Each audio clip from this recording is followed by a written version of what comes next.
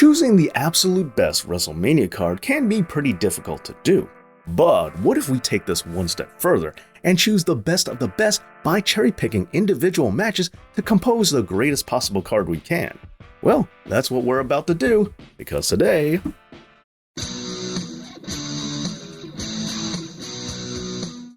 Thank you to all my amazing Patreon supporters like Caleb Robinson, Jeff Ang, and Rick Rack. Thank you all so much, and if you want to become a Patreon member yourself, then go over and check out my Patreon page, as I really do appreciate all the help. Alright, real quick, let's go over the rules for this game.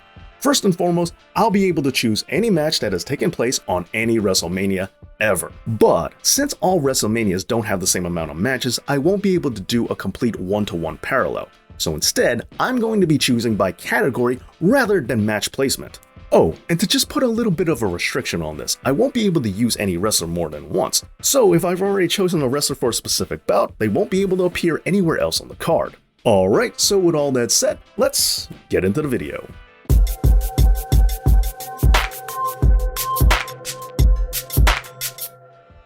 Starting us off, not surprisingly, is the pre-show. Now, I'm also counting any match that happened on Sunday Night Heat that took place before a WrestleMania show. However, even with that being said, this really wasn't all that hard of a choice, especially since I won't be allowing anybody to appear on this card more than once. So when it's all said and done, and after all of the Andre the Giant Battle Royals and all of the tag team title matches that got shoved to the pre-show, there really wasn't all that much to choose from when it comes to picking standout matches that happened before a WrestleMania card but didn't belong to categories that would go anywhere else. And so, with that being said, my choice for the best pre-show match in WrestleMania history has to go to Adrian Neville versus Austin Aries for the WWE Cruiserweight Championship. This stunning bout took place at WrestleMania 33 on the pre-show, and as good as this match is, I do have to say there was close competition by the following year's bout, again for the Cruiserweight title, featuring Mustafa Ali and Cedric Alexander. But in the end, just by hair, I decided to go with Neville and Aries, as it was definitely between these two bouts as the best pre-show match of all time for WrestleMania.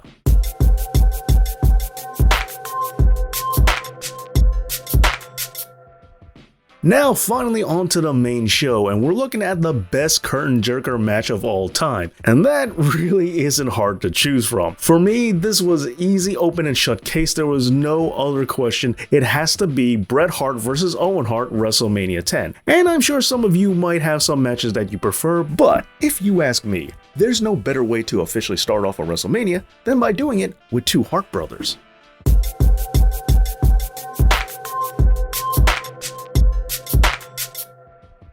Following this up, we have the United States title. Now, surprisingly, when it comes to WrestleMania matches, there really aren't that many to choose from when it comes to this belt. But that doesn't mean that there aren't still some to consider. For instance, even though I didn't like the outcome, I do have to say John Cena vs. Rusev was mostly pretty good. And even though I would have preferred this match be for the Universal title in the main event, Chris Jericho vs. Kevin Owens blowing off their storyline that they started all the way back when they became best friends was a really good bout as well. However, if I'm picking just one United States title match for all of WrestleMania history, I'm going with WrestleMania 23, Chris Benoit vs. MVP. A great matchup that features a lot of the kind of wrestling that I really go for. So, as good as those other matches were, I'm still gonna go with WrestleMania 23, but just barely.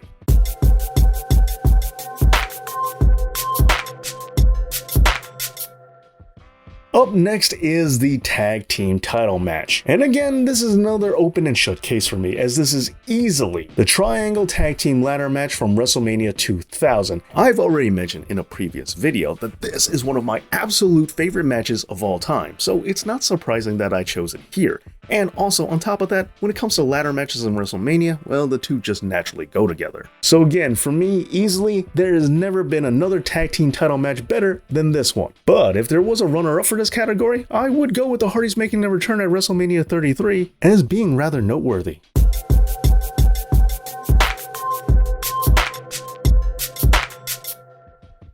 Up Up next is the women's match. Now first, allow me to say that in time, I do feel that there's a good chance that Sasha Banks versus Bianca Belair might just make it onto this list instead, as well as Rhea Ripley versus Asuka. However, both of those matches happened very recently, and if I'm personally pulling an all-time list, I like to let the sheets cool down just a little bit. So in time, after a bit of a grace period, who knows, maybe my answer will change. But for now, I'm going ahead with WrestleMania 32, the crowning of the inaugural WWE Women's Champion, which was contested in a triple threat match between Charlotte Flair, Becky Lynch, and Sasha Banks. And I'm sure that a lot of you have forgotten about this match because of another triple threat match featuring Charlotte and Becky that happened at WrestleMania 35 in the main event. However, trust me, this match, way better. And also, I was there to see this one live.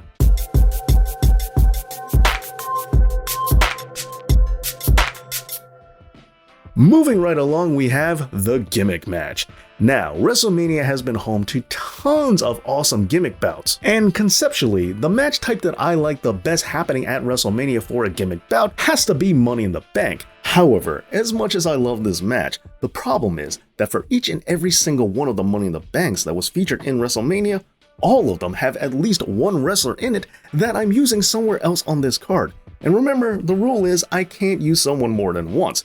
So, in which case, Money in the Bank is just out of luck on this one. And besides, with the tag team match already set, it's not like there isn't another ladder match to scratch that itch. But if we're not going with Money in the Bank, then what gimmick match can I possibly choose? Am I gonna go for the blindfold match between Jake the Snake Roberts and the model Rick Martel at WrestleMania 7? Am I gonna go with the submission match between Bret Hart and Stone Cold Steve Austin? Oh, wait, I can't because I already used Bret in the curtain jerker. This is a tough one, but don't worry, I'm definitely not going with the Andre the Giant Battle Royal, as there's never been one that I liked all that much. However, I am going with a Battle Royal, the Gimmick Battle Royal, because what could be better for the Gimmick match than the Gimmick Battle Royal at WrestleMania 17? And despite having 19 wrestlers competing, surprisingly, none of them are going to be used anywhere else on this card. So when it comes to the Gimmick match, I'm sticking with the Gimmick Battle Royal.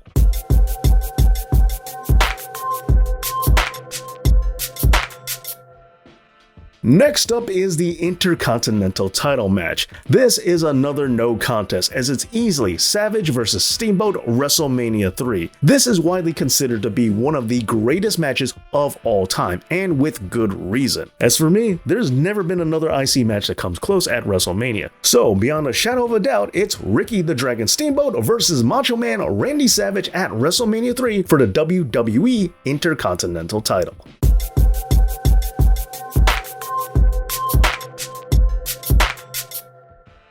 Alright, now we're getting down to the nitty gritty, but before we get to the main event, I absolutely have to go with the best streak match. Because even though it's been a while since we had one of these matches, I have to say they're a major part of the fabric of WrestleMania, as at this point, we've still had more WrestleManias with them than without. And while I'm not gonna lie, a lot of them were duds, there were a few of them that were really good, especially the ones featuring Kane. And while I know a lot of you out there really like his matches against Triple H and Shawn Michaels, for me, I'm going with WrestleMania 29, CM Punk. Although his match against Randy Orton is a close second. Ultimately, since this was the final match of the streak, it is always going to have a special place with me. Not to mention all the backstage drama that led into this, which I've already gone on in depth about over on the Infuser's channel. Now, if you haven't seen that video yet, then go ahead and check that one out after this one. But at any rate, if I'm going to choose just one out of the 21 matches in the streak,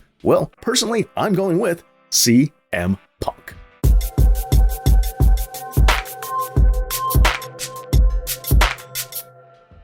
And finally, we're down to the main event. Now, I just have to specify, I really wanted to put Hulk Hogan versus Macho Man Randy Savage at WrestleMania 5 for the WWF World Heavyweight Championship. But alas alack, since Randy Savage was already being used for the Intercontinental title bout, which as I said is a no contest, is easily the finest IC match we've ever seen at a WrestleMania, that means that the Mega Powers Exploding is ineligible for this list. So as heartbreaking as it is, I can't put that as the main event. However, this does open up some other options. I could go with The Rock versus John Cena, although I won't. Nope, instead I'm going with The Rock versus Stone Cold Steve Austin, WrestleMania 15. And I know there are a lot of people who prefer their bout from 2 years later, although the ending of that match is what prevented me from choosing it. But hold on, because now we have something of a problem, as there's not one Hulk Hogan match in this entire cherry-picked WrestleMania card, and I for one am not going to stand for that. But how exactly do we solve this problem? Well, there is one solution.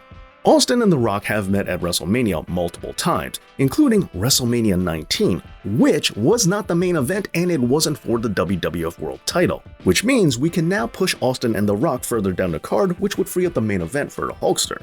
And with that being the case though, which main event are we going to pick with Hulk Hogan? Well, some of you out there might be tempted to say Hulk Hogan versus the Ultimate Warrior, but let's remember that this was a title for title match, meaning that the Intercontinental belt was up for grabs and we already had the IC match. And so, with both the Ultimate Warrior and the Macho Man's matches no longer being an option, we really don't have that much left in the way of epic WrestleMania clashes for the Hulkster. I mean, with all due respect, matches featuring Sergeant Slaughter, King Kong Bundy, and Mr. T aren't exactly what I would go for the absolute top cherry-picked WrestleMania main event of all time. But of course, we still do have one epic clash left. Naturally, I'm talking about Hulk Hogan versus Andre the Giant. Unfortunately though, I don't like this match anywhere near as much as I like Austin vs. Rock at WrestleMania 15. If only there was something we could do about this. Oh wait, there is. While Austin and The Rock have met at WrestleMania multiple times, so has Hulk Hogan and Andre, as they've also clashed at the WrestleMania tournament in 1988. Now, even though that match was in a tournament that was for the WWF title, it wasn't the main event, so I'm not going to count it as being the same. And while it was only about 5 minutes long and it ended in a non-finish,